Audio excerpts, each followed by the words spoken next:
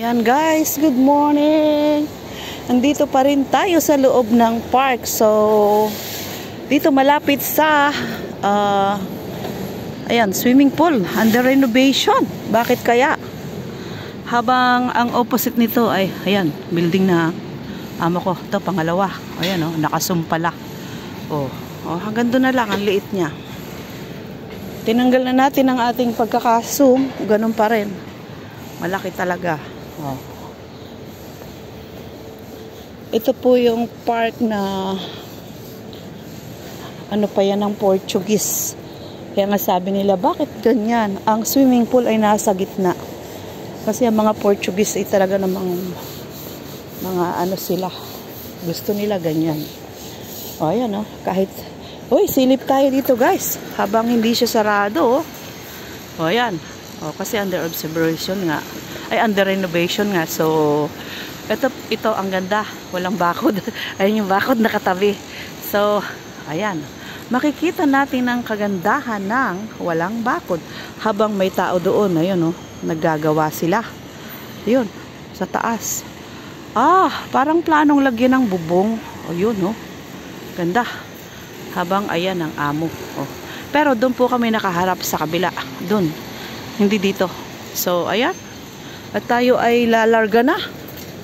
So, ayan, si Lolo. Nagsisikap pa talaga siyang makalakad, oh. Oh, nantalang yung Lolo ko. Hindi siya nagtutungkod, pero nabigla na lang kami. At, yun na rin ang dahilan kung bakit ako ay nalipat sa sa International Day of medyo kakasad, pero wala tayong magagawa. Sabi nga, trabaho lang, no? At sa ayaw sa gusto natin, tanggapin. Kasi yan ay pangkabuhayan blues. Habang tayo ay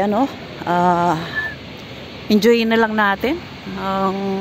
Kung mayroon tayong time, lalo yung mga friend ko na nag-aantay sa akin, especially sa Hong Kong, sana maka-holiday ako ng Sunday. Wish ko lang. Ito, may ibang grupo naman dito, 3 lang sila. At dito po yung football. Ayan, football naman dito. Dito naman sa baba yung computer. Ayan, habang dito naman sa gitna ay mayroong flower. Ayan, center. Dito yata nilalagay ang plug. Ayan, oh. Meron silang pool. Ay, pool ba tawag dyan? Hala na. Ganda, oh. I love yellow. Oh. Habang sino kaya ang naka-premiere? Nakatambay yung isang cellphone ko kay pasaway kanina habang naglalakad kami. Ang Piles Natal. Ayan, ang ganda, oh. Dito tayo. Ayan. Huwag natin kunin ang puno, ang yan ang gagawin natin. So, ang cute.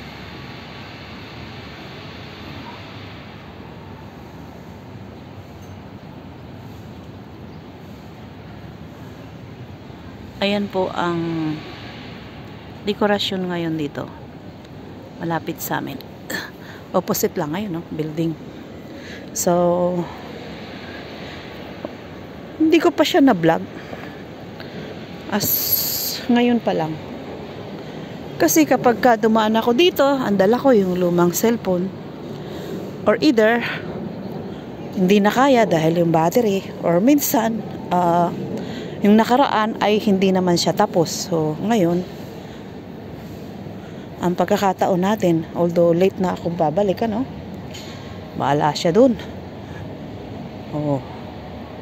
Ayan po ang simple decoration ng ang cute. May ibong lumipad. Feliz Natal Boom Ano Novo. Ano yun? Merry Christmas.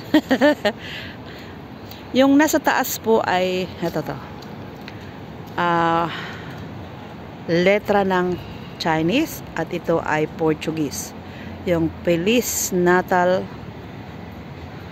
Boom Ano Novo. So, i-google natin yan. Pero dahil Christmas decoration yan, malamang Merry Christmas ang nakalagay dyan. Diba? Common sense, menabik. Ayan. Oh, yung mga bus na yon is lumarga na. Yung tourist bus.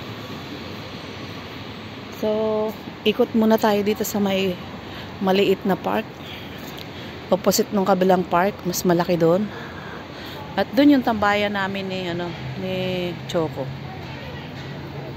Ano yan? Akala ko si Choco yun. Sumisigaw nun. Akala ko tinatawag ako. May kausap lang pala siya. Oh, ayan. At ano kayang meron to? O susera, no?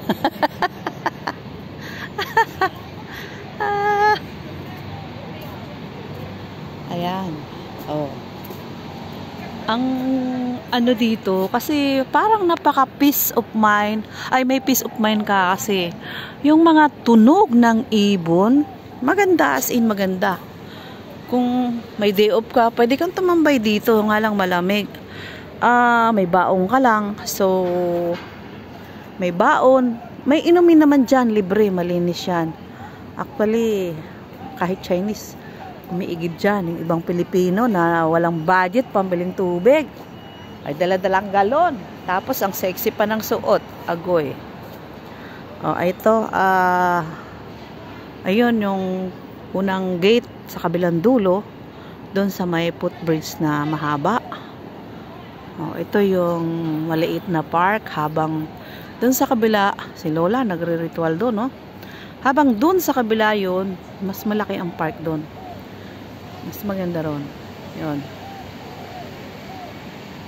Mabalik tayo sa peace of mind, ano? Ang ganda talaga dito kasi magdala ka lang ng pagkain, inumin. Pero sa ngayon, okay lang kasi hindi pa masyadong super ginaw. Pero kung wala kang mapagtambayan, so marami naman ang pasyalan, although may magandang view naman sa mga loob ng casino. Hindi naman lahat ng pumapasok sa casino ay nagsusugal. Yung iba ay pumapasok lang para safe, doon magtambay, although may upuan naman din doon. Kung gusto mo namang uminom at kumain, may mga libreng kape po doon. May juice, fresh juice. So, kaya, huwag kang papatukso. Depende naman yan. Kung marunong ka magsugal, dapat marunong ka ding magkontrol. So, depende yan sa taong papasok. Kasi dito sa Macau ay parang 55 casino ang nasa loob nito. Ang nandito sa Macau. So, kaya marami ang mga nalolokong Chinese. Siguro kapag walang-wala na, may kautang na, ay makikita mong nasa lapag na sila ng building. 'Di ba? Maririnig mo na lang bakit may tap to the view details, that's no access. So lalabas na tayo, guys. At dito na ang ibang mga Pilipina ay mga may karga, may hilahilang doggy. Ayan.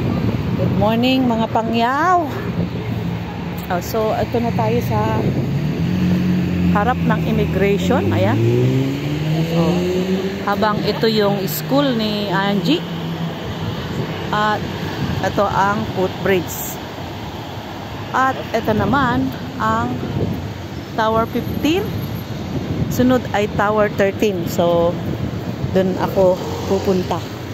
Ayan, guys. Maraming salamat po. Thank you for watching. Especially sa laging nasa premiere ko. sa sumusubaybay kahit na walang masyadong kagandahan ng mga ganap sa buhay ni Menabik, no? So, I love you all. God bless everyone. Thank you. Bye-bye.